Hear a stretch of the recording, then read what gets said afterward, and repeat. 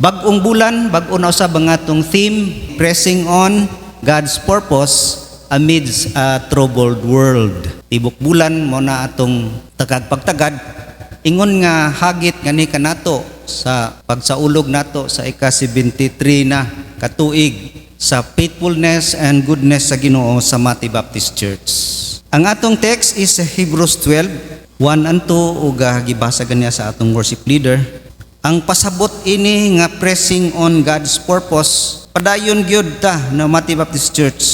What God has called us to do, even in this troubled world.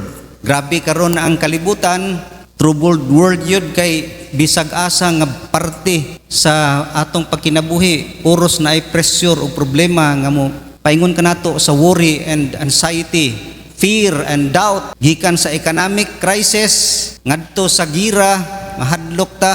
Unya wa na po nagkadimao ang atong bisag sa Pilipinas, wa gid nagkadimao political, moral nga pagkinabuhi. O nang we are in a troubled world. The world is unstable.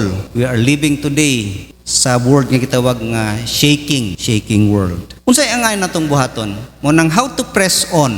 Unsaon na to pagpadayon nga nagatubang niini nga mga challenges. Una, na diha sa atong text, lay aside hindrances. Ingon diha sa first part sa 12:1, wherefore seeing we also are compassed about too great a cloud of witnesses, let us lay aside every weight and the sin which doth so easily beset us. Una gid diha is laying hindrances. Muna pangutana, what to remove sa atong kinabuhi? We must identify those weights, no, kining makabugat gyud kanato. Muhimo pud kanato mo slow down tungod kay bugat kini atong gidala. Muna karong panahon na kung dili nato na siya pananggalon, murag di kita ka press on paingon sa katuyuan sa Ginoo. To run effectively while carrying burdens, kita kahimo niana because these things are distractions. Babag gini siya. Unang lay aside interruptions. Mga interruptions kini, distractions sa atong kinabuhi. Kini nga mga butang is not actually evil, di gyud ni siya ingon nga dautan, pero distraction. Makaslow sa atong pagkabot sa katuyuan sa Ginoo. Mga butang nga dili sa dautan pero dili maka-build up sa atong journey ngadto sa katuyuan sa Ginoo. Mo nang kinahanglan siya i-remove. Ang athlete naga-refuse na siya og kaon sa mga pagkaon nga dili makatabang sa iyahang stamina, sa iyang kusog. Mo nang di kasi tika og taba, no? Lami gid ang taba. Nang baboy bitaw, unod way lami kaon. Lami gid ang naitaba. Lami gid siya. Mo nang usahay ginahiklin niya. Kung for pleasure lang, dili makatabang siya. Focus gid siya sa vitamins. Naman ni vitamins o mangutana gina unsay vitamins ini nga pagkaon. Ingana po sa atong kinabuhi na mga butang, yes, this is not evil or wa na pasabot nga dili ta mukaon ani for pleasure, labi na kining entertainment instead of fellowshipping, communing with God, seeking possessions and things of this world instead of seeking God. Busyness, worldly priorities, they are unnecessary baggage, extra. O pasabot ita magingana pero dili gyud siya ang focus sa atong kinabuhi. They are distraction. Karong panahon na grabe kaayo nga maka-distract sa atong pagkinabuhi matag adlaw. Bisan pa kining digital world na ata karon sa internet, gamit siya pero kung di ka magbantay, mo nang giingon gani nga di gid na siya dautan pero maka-slow sa atong pagkinabuhi. Nga mo crowd sa atong mission. Moral confusion o na distraction. Laying aside interruption, also laying aside iniquities. Ingon diya sa atong text, let us lay aside every weight, kadto interruptions, and the sin which doth so easily beset us. Mga sala. Get rid of besetting sins in our lives. Mga sin na nga mukling taniana, nya mo distract kanato, mo intangle kanato, no, mahimutang madala noon. Kini nga mga sala makahinder gid kanato, makapugong siya sa atong pag-journey ngadto sa katuyuan sa Ginoo. Mahimong mapandol ka. Mo ning kining mga sala, dili gid kay ni siya sala nga grabe pero mupaingon ngadto sa dakong sala. Mga besetting sins ang gi-mention dinhi sa author. Mga emotional burdens, past hurts, unforgiveness, dili man na gid siya dautan pero kung mahimong mo-focus ka diha. Remember nga sin is deceptive. Di kayo siya sala pero mutrap ka nato. Nya late na ta maka-realize. Muna importante kayo nga atong bantayan. Sama ka na sa katao nga muapil sa lumba nga nagpantalon. Makatrip gina sa imo, mapandol ka. Pantalon ka magdagan 100 meter das na mapandol yun ka. Mapuna sa atong kinabuhi. Laying aside all iniquities. Kay pakapapandol na kanato. Laying aside every weight nini mga butanga is not a suggestion but it is a command for victorious living. Aron kita magbalampuson. Ikaduha, nga angay natong buhaton karong panahon na aron kita makapadayon taliwala nining distracted no world or troubled world. Kini live with endurance.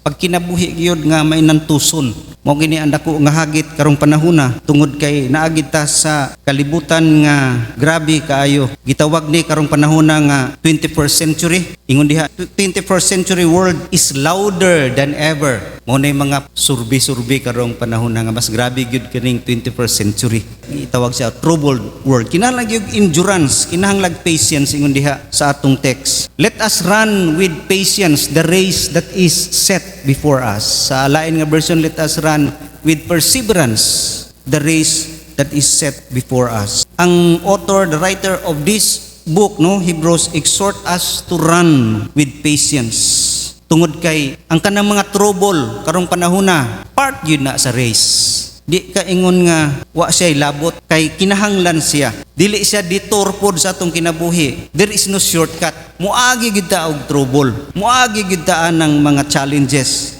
distraction, mga obstacles in life. Ang Ginoo never said that the journey would be easy, but He did say the arrival would be worthwhile. Wa gid na Ginoo nga easy atong pag-journey, naagi mga trouble o persecution, naagi mga kalisdanan, pero ang assurance is muabot gyud ta nga perting ninduta. Ang pag-travel lisod gyud, pero ang pag-abot nindot kaayo. Kinahanglan kita nga mo endure ang mga pressure sa atong kinabuhi karon, no?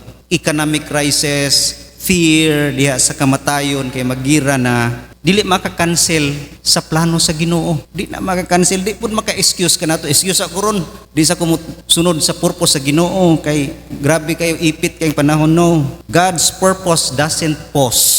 Dili siya muhunong kundi padayon siya. Mao nang kinahanglan gyud karong panahon na we must live with endurance. Unsaon? It means we must live nga committed gyud. Committed kita to follow. Di ka commitment, di magika-endure. Di ka kakalahutay.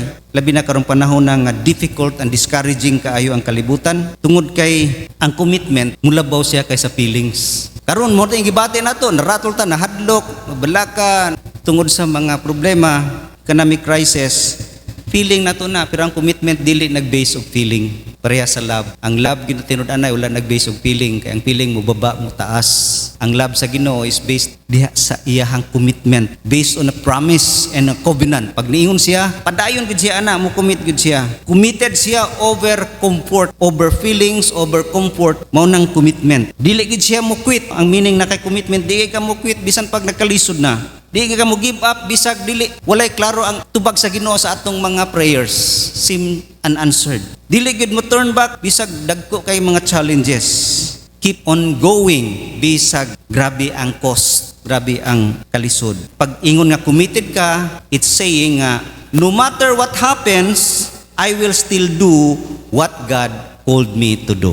Buhaton ginako na bisag unsay mahitabo, buhaton ginako unsay ipabuhat kanako sa Ginoo. Committed life is a life sa atong theme miagi, a crucified life. A life gyud nga nakamarka ang kinabuhi nga surrender, sacrifice o sufferings. Naamang gyud diha ang pag-antos. Ngunang kung wa ka endurance, di ka kakinabuhi aning crucified life. Ngunang a life nga nagamark gyud sa karakter ni Jesus. Ngunang commitment. Ikaduha, live with endurance, not only it means commitment, but also it means consistency. Pag nag-endure ka, consistent yun ka. Di ka nagahinay. Sa marathon, usahay ang success is not measured by speed. Kanay mga runner nga, kusog ka ay permiro, dagan, no? Starting line, tunga-tunga, muhinay, muundang. Speed is not the measurement, but endurance. Apil ko sa una o kanang biking, kusog dayon pirmiro. Pag abot sa badas na, wa nakalahutay kay nibanat man pirmiro. Nya nagsunod sa imo na tiguang, hinay ra gid siya. Tigulang na ha, pero padayon gid siya. Di nakakaapas. Hinay, aginod, pero moabot sa finishing line. Mao na ang consistency. Kung consistent lang ta, it means consistency is faithfulness. Faithful ka, consistent ka. Daghay nagbigin sa ilang life with passion, but fewer finished with faithfulness. Mao nang endurance is staying faithful until the end. Because the race is not yet over. Kinahanglan kita mo finish. Adto kita sa purpose sa Ginoo. Wala nagtanaw ang Ginoo unsa imong naagihan sa una. Grabe kay ka mo alagad sa Ginoo. Halos magpakamatay alang saya. Wala na. Di na magmatter. Ang importante kung mag-finish bagid ka. It's faithfulness. Una ang consistency. Diha makita ang faithful ka kung mo-endure gid ka. Remaining faithful in every season, in good season, in painful seasons, in waiting season. Di gid excuse, di sa karon kay murag nagsakit pa man ko. Wala padayon nga mainiton, faithful in painful seasons. Mo nang the greatest testimony is not how you start but how you finish. Mao gina ang ingon nga consistency. And lastly, ngatong himuon is look unto Jesus. Dili lang nga kita lay aside hindrances and also live with endurance, but also this is a challenge to focus, fix our eyes on the Lord Jesus Christ. Munang ingon diha sa verse 2 sa atong text, looking unto Jesus, the author and finisher of our faith. Look, focus, fix your eyes on Jesus. Look to Jesus as our power. Siya ang atong gahom. Di kita ka-endure sa race, di ta katiwas, dili ta kaabot sa daganan, dili kita kakabot sa unsa giplano niya nga ni kanato kung dili gyud ta makaangkon og gahom. Mo nang asa na nga gahom ingon diha, He is the author and finisher of our faith. Sa atong pag-journey, nagdepende gyud na sa atong faith, sa atong pagtuo. Si Jesus ang atong author, meaning siya ang nagsugod. He who began a good work in you, muna ingon diha sa Philippians 1:6. Being confident of this very thing, that He which hath begun a good work in you will perform it until the day of Jesus Christ. Nagsugod. Siya ang nagsugod sa atong faith. He started your journey. Unya gisustain niya kada adlaw ang imong faith nga mutubo og muhuman gyud ka pinaagi gina sa imong pagtuo. Og si Jesus ra gyud makahimo kanato ana. He is the author and finisher. Siya ra gyud ang Ginoo nga makahatag kanato niya na. Tungod kay fixing your eyes on Jesus, kung mo-focus ka kan Jesus, mutubo gini mong pagtuo, mo-produce gini og faith kanato. Looking unto Jesus produces faith. Maka-produce gini og faith. Ngunang ang atong success sa atong journey paingon sa dag-anan, nagadetermine asa ka nagtutok. Mobiton lang ka ng lumba, mga runner, gina-advise gyud tutok gyud sa finishing line. Ayo paglingi-lingi. Kay ang kadaugan nagdepende kung asa ka nitutok. Ngunang look unto Jesus, tungod kay siya ra gyud no ang makahatag kanatong kadaugan. If you look on people, mo produce na og comparison. Sa imong tanaw tas tao siya lagi nag-compare na. Kung mutanaw pud ta sa problema, mag-produce pud kini og kahadlok, mag-produce og fear. Tutok ka sa problema, dakuha ni problema nako. Look at Peter in Matthew 14:28-31. Sa dihang ingon si Jesus, ali diri Peter, nakalakaw si Peter sa tubig. Mura po si Jesus, gamahanan kayo. Pero kita sa sabalod, ni-focus mo sa sabalod, na unlod si Peter o gisalo siya ni Jesus. Pagkagamay sa imong pagtuo, Peter. Tanawa, mo-focus ka sa problema, mo-create ni og fear sa atong kinabuhi. Muna pinagi kang Jesus, tutok lagi sa saya. Kana bitong mag-expedition, muagi silag mga pangpang. Ang guide, ang advice niya sa mga nagtour, focus lang ka sa kuha, tanaw sa kuha, tanaw sa ubos, kay ting lauma, mangurog imong tuhod og tiil, di ba, kana mga afraid of heights. Muna ingon ang ayog tutok sa baba, tutok ka. Ingana ang ginaingon ni Kristo nga ni kanato. Fix your eyes. Do not look on the problem, do not look on people, focus on me. Og makalatas kita, mo endure kita, moabot kita sa finishing line. Tungod kay victory comes from fixing our eyes on Jesus, not on our circumstances.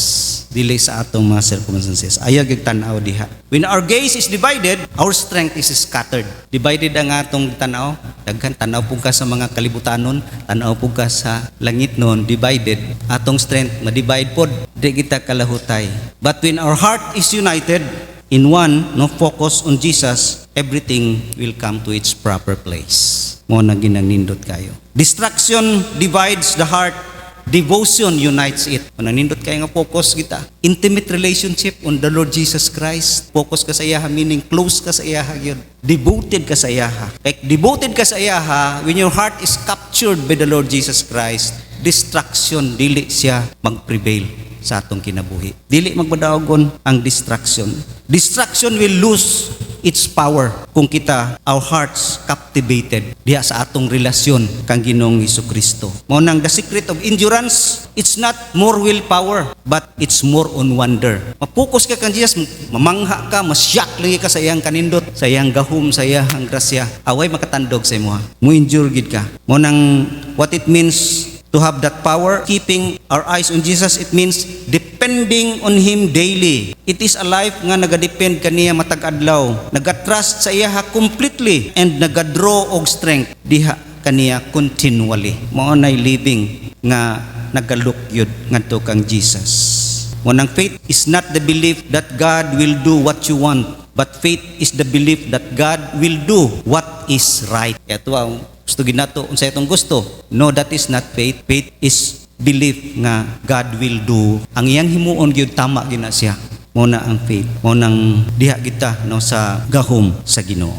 Look unto Jesus as our power, atong gahom. And also look unto Jesus as our pattern. Siya ang model kanat mo din siya sa second nga part diha. Look unto Jesus, the author and finisher of our faith, who for the joy that was set before Him endured the cross, despising the shame, and is set down at the right hand of the throne of God. Siya ang pattern, siya ang atong example sa atong pagkinabuhi with endurance. Si Jesus ang example sa endurance, ang iyang kinabuhi. Consider nato ang iyang race, ang iyang pagdagan sa lumba, nining dinhi pa siya sa kalibutan. Unsa si Jesus, nagsugod sa poverty. Pobre man nagipanganak si Jesus, pobre man na si Joseph. Nag-end siya sa pain on the cross. Grabe. Ang iyahang pagdagan sa kinabuhi, nag-lead kaniya dito sa hatred sa mga tao, bitterness sa mga tao, opposition sa mga tao, nga gusto siya mamatay. Pero wagid siya nagpakyas. Never lose sight of the goal. Wala gyud nakatandog saya sa iyang goal nga kung pagkamatay ko sa cross kay luwason ako ang mga tao. Bisag grabe na ang iyang nagihan. Ang uban pag di na gid nakagwanta si Jesus, ibusdak gid ang cross katong pagpas-an niya. Kung gibusdak ni Jesus ang cross, di gid ta maluwas. Pero si Jesus di gid siya mapakyas sa goal sa Ginoo sa iyang kinabuhi. Muna nag-endure siya sa mga trials, muna angay siya sundugon. And consider his reason. Nganong nag-endure gid siya? Unsay rason gyud nga dako? Muna diha ang sunod. Who for the joy that was set before Him endured the cross. The joy that was set before Him. Ang kalipay nga iyahang maangkon unya sa unahan. Si Jesus wa nagtan-aw sa iyang present suffering. Nag-endure siya tungod sa kalipay nga iyang maangkon unya sa dihang i-save na niya ang mga tao. Ang kalipay nga i-save kaniya, i-redeem kaniya. Mo na ang gitan-aw ni Jesus Christ ngano naka-endure gid siya. Ngano naka-endure siya sa cross bisan pa sa ingon diha despising the shame. Usay but pasabot anan despising the shame. But pasabot nga siya gyud nagkinabuhi nga bisag kining humiliation, shame. Simple kay mamatay ka sa cross, naghubo niya, ulaw kaayo atubang sa mga tao, gidagmalan ka, gipasakitan ka, ulaw kaayo. Pero iyahan nang giantos. He looked beyond the pain and shame. Gihimo na ni Jesus beyond pain and shame. He focused on the result. Bisag maulawan siya. Padayon sa pagtanaw sa result nga salvation sa mga tao, obedience sa Ginoo, o kadaugan. Mo na ang iyang focus. Mo nang he valued purpose over humiliation. Balyo para kaniya ang purpose sa Ginoo kaysa maulawan siya, kaysa masakitan siya. Mo nang reason. Ang kalipay gyud niya nga masinati unya kung iyan ang ma-redeem ang mga katawhan ug mahimaya ang Ginoo. Mao ginang duha ka butang nga iyahag yung ikalipay. Wapay labot diha ang reward niya nga seated on the right hand of the throne of God. Ang kalipay gyud niya nga maluwas ang katawhan ug mahimaya ang Father. Una ang sentro sa iyahang pagkinabuhi. The joy set before Him, anticipation. Mao puna sa tuwa. Nganong mulahutay gid ta because we are focused on the joy ahead. Unsa kana nga joy? Eternal life, fulfillment of God's purpose. Katong ingon siya nga, for I know the plans I have for you, plans to prosper you. Purpose sa Ginoo. Maangkon ginato na iyahang mga promesa and the reward of faithfulness. Kung nilahutay ta, di maihap ang reward nga atong dawaton niya. O nang diha ta makaangkon og encouragement karong panahon na nga anong kinahanglan kita mo endure. Look at the joy nga sa unahan. Look at the reward. Look at the purpose. Mo nang the cross is painful but the joy is greater. Mo nay atong tanawon. The joy is greater. Gihatag gina sa Ginoo kanato nga sama kini nga nag-anak ang usa ka babae. Sakit kaayo pero pagkatao sa bata malimtan ang sakit kay pertigyod kakalipay waray kumingking ang kasakit nga masinati kaysa kalipay nga maangko nato sa unahan. The joy set before us mo atong motivation to live a life today nga mo endure gyud diha sa mga kasakit in this troubled world. Mo na ang pangutana, how is our race progressing? Padayon ba ta karong panahon na? Kinahanglan ba tag encouragement? Focus ta kan Jesus. Focus on Jesus. It's a decision. Decide to remove sa atong mga hindrances and decide how to run with endurance and decide right now where to look. Asa gyud ka mo focus sa ubang butang or kang Jesus. The race is not yet over. Our purpose is still ahead. Let us keep pressing forward. Let us pray.